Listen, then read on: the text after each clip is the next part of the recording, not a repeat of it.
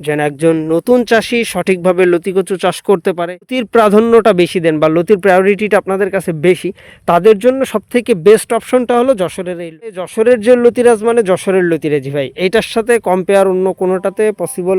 চারাটা কিন্তু এই যে রেগুলার যে সাইজ, এই সাইজগুলো আমরা ডেলিভারি করি। দেশ ও দেশের বাইরে থেকে যে বা যারা আমাদের আজকের ভিডিওটি দেখছেন, সকলকে জানাই আন্তরিক শুভেচ্ছা ও অভিনন্দন। প্রিয় দর্শক, আপনারা ইতিমধ্যেই জানেন আমরা প্রতিনিয়ত লতিকচু চাষ সংক্রান্ত সকল ধরনের বিষয়গুলো আমাদের চ্যানেলের মাধ্যমে জানানোর জন্য চেষ্টা করি।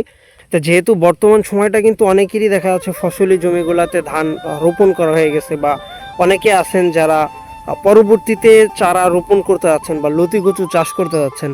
আবার অনেকেরই গাছগুলাতে দেখা যাচ্ছে গাছের বয়স 3 মাস বা 4 মাস, এই ধরনের মানে ফলনগুলা দেওয়া শুরু করতেছে। নতুন জাত হিসেবেই এই যশোরের লতিরাজ কচুটার চাষ হয়, যেটা সারা বাংলাদেশেই লতিকচু চাষ হয়। লতিকচুর ভিতরে বাড়ি 1, বাড়ি 2 বা পানিকচু, শোলা কচু, যশোরের যেই লতিরাজ, সমস্ত ধরনের কচুই কিন্তু মোটামুটি সারা বাংলাদেশেই চাষ করা হচ্ছে। তা এই ধরনের যে সকল চাষি ভাইরা আছেন, যে ধরনের প্রশ্নর ভিতরে আপনারা মোটামুটি থাকেন এরকম সময়টাতে, তা আসলে অনেকেরই কিন্তু বিভিন্ন রকম সমস্যাগুলো দেখা দেয় 3-4 মাস বয়সী গাছগুলা থেকে বা 2-3 মাস বয়সী গাছগুলা থেকে। তা আপনাদের যাবতীয় সকল বিষয়গুলাই আমরা আজকে ভিডিওর মাধ্যমে তুলে ধরার জন্য চেষ্টা করব। যশোরের এই লতিরাজ, এটা বগুড়ার একটা জাত আছে, বগুড়াতেও পাওয়া যায়, তারপরে নাটোরে পাওয়া যায়, আর খুলনার দিকের কিছু গাছ পাওয়া যায়। তা আসলে যশোরের যে লতিরাজ, মানে যশোরের লতিরাজি ভাই, এইটার সাথে কম্পেয়ার অন্য কোনোটাতে পসিবল আদেও না।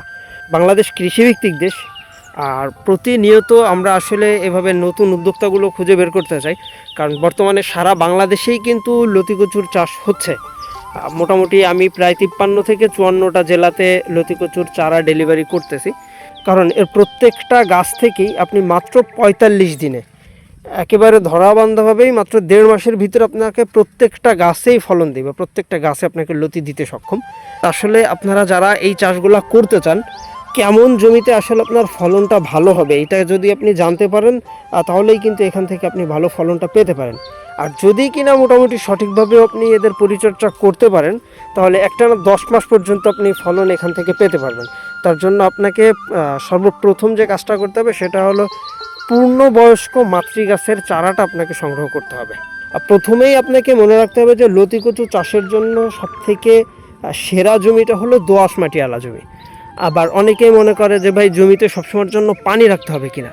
এই যে দেখেন, এটা কিন্তু আমার জমি, আর এই যে মাতৃগাছগুলো আমি বিক্রি করে দিছি। আমার এখানে কিন্তু মাতৃগাছগুলো অলরেডি শেষ, 100% প্রাপ্তবয়স্ক মাতৃগাছের চারা, যেটা স্বাভাবিকভাবে মা গাছের বয়সটা 10 মাসের বেশি। সেরকম মাতৃগাছের চারা যদি আপনি নিতে পারেন, তাহলে কিন্তু এখান থেকে ভালো ফলনটা আপনি পেতে পারবেন। এই জমিটা শুধুমাত্র এখন আপাতত চারার জন্যই রাখা আছে। আর চারাগুলা তৈরি করতে হলে দেখেন আমাদের কিভাবে চারা তৈরি করতে হয়।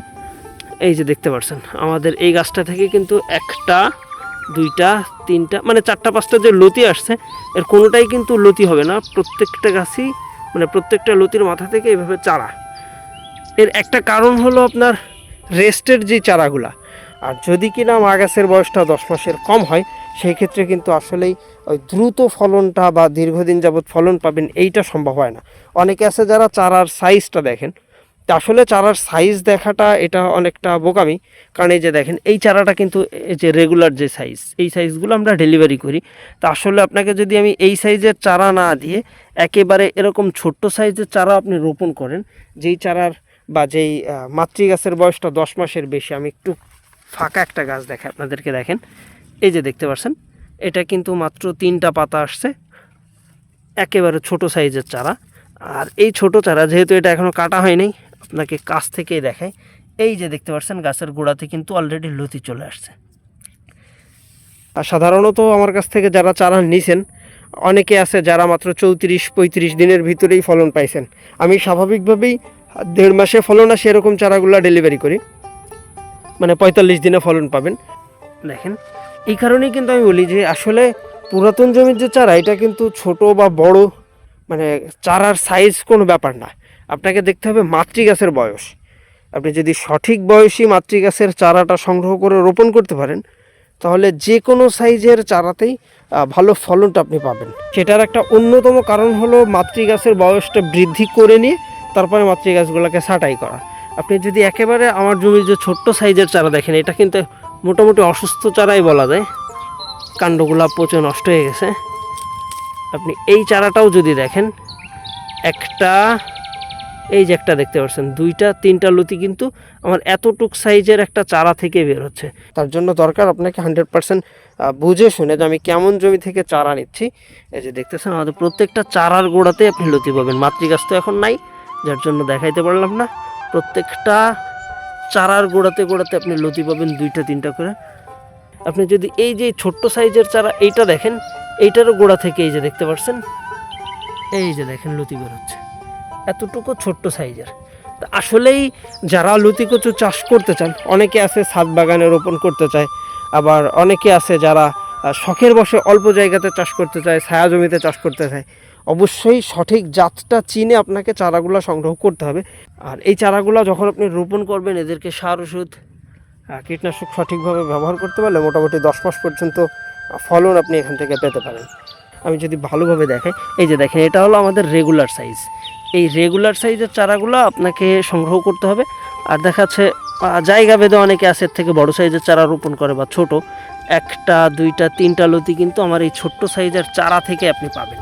তা যারা এই ধরনের চাষ করতে যাচ্ছেন, আবার অনেকেই প্রশ্ন করে যে ভাই লতি কচু চাষ করতে গেলে এখানে কি সম্পূর্ণ পানি দিয়ে রাখতে হবে কিনা। তা দেখেন ভাই, আসলে ফলনটা বৃদ্ধি করার জন্য সবসময়ের জন্য পানির কোনো প্রয়োজন নাই। আর রোপণের জন্য আপনাকে জমি নির্বাচন করতে হবে দোআঁশ মাটিওয়ালা জমি, অর্থাৎ যেই দোআঁশ মাটিওয়ালা জমি আপনি চারা রোপণ করবেন সেটা যেন নরম থাকে।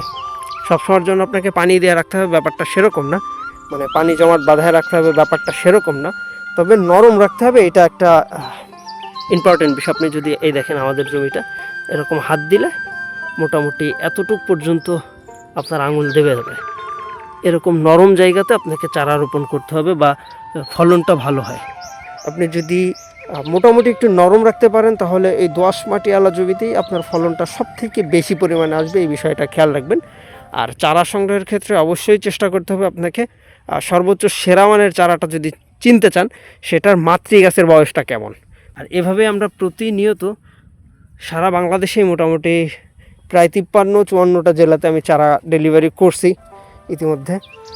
যারা আছেন এই ধরনের চাষ করতে যাচ্ছেন, সরাসরি আমাদের ভিডিও স্ক্রিনে দেওয়া নাম্বারে যোগাযোগের মাধ্যমে আপনি চারাগুলো সংগ্রহ করে নিতে পারেন। মাতৃ গাছের বয়সের উপরেই কিন্তু আপনার লতি কচু গাছের ফলনটা বিবেচিত হয়। তো সুতরাং যারা নতুন চাষি আছেন বা চাষের জন্য পরিকল্পনা করতেছেন, আমাদের ভিডিও স্ক্রিনে দেওয়া নাম্বারে যোগাযোগের মাধ্যমে সর্বোচ্চ 24 থেকে 48 ঘন্টার ভিতরেই আপনার কাঙ্ক্ষিত চারাগুলো আপনি সংগ্রহ করে নিতে পারেন।